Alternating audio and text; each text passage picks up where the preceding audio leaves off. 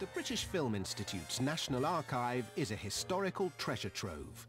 250,000 films capturing the manners, thoughts and dreams of a bygone era in sight and sound.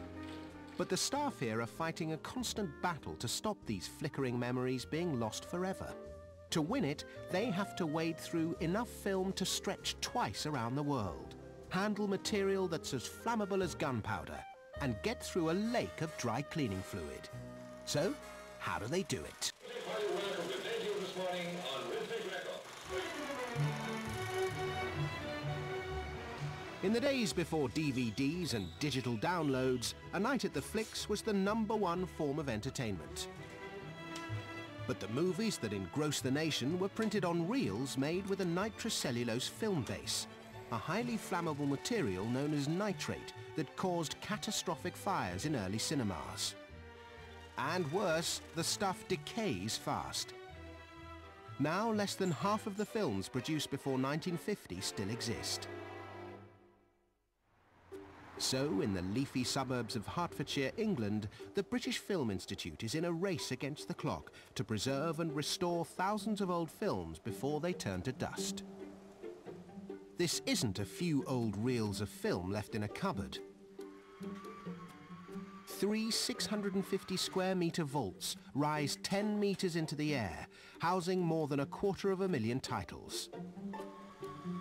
And storing this much history is a major headache, because film degrades in warm air. So giant air conditioning units keep the temperature at a fridge-like 4 degrees. But the guys here worry more about the heat than the cold. This nitrate film stock has a nasty habit of occasionally, spontaneously exploding. Storing it safely takes more than a smoking ban. The first layer of defense is these vaults made from 20-centimetre thick blast-proof concrete. And Scott Stark has the scary job of overseeing these chambers of horror. We have 24 separate nitrate vaults here at Berkhamsted. There's a glass ceiling above each vault. There's 8,000 gallons of water on the roof. But if there was a fire here, even 8,000 gallons, that's 36,000 litres of water, wouldn't put it out. Once alight, the nitrocellulose releases its own oxygen, so it will even burn underwater. All they can do is contain the fire, so it doesn't spread to the other vaults.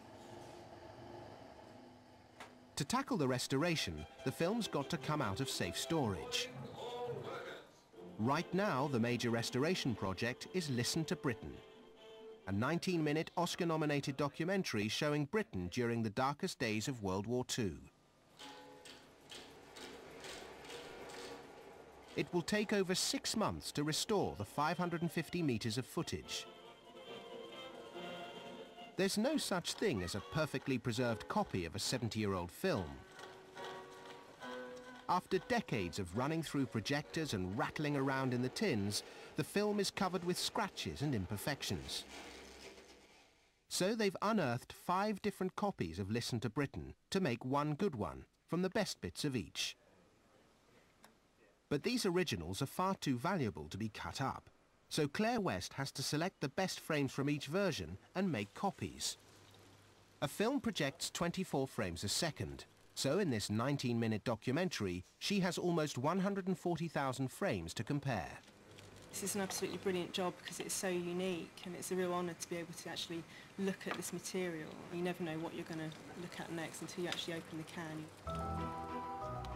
But even with that many frames to choose from, some are bound to be too damaged to be run through a copy machine.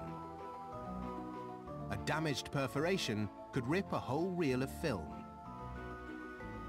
So in the lab, film repair supremo Alan Trott rebuilds the tiny perforations that spool the reel through the projector. If the new version of Listen to Britain was just cobbled straight together out of 5 different copies of the film, it would be a Frankenstein's monster of mismatched parts. To even out differences in exposure and contrast between the versions, they're matched up in a process called grading.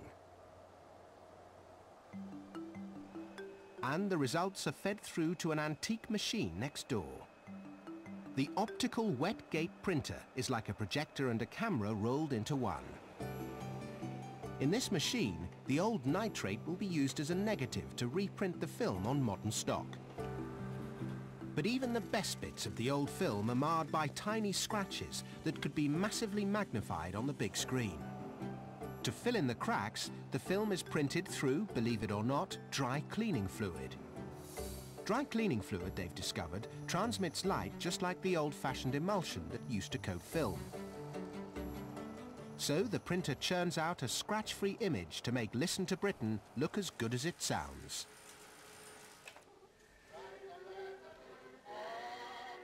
After the film has been processed and reassembled, there's nothing to do but sit back and be transported back in time.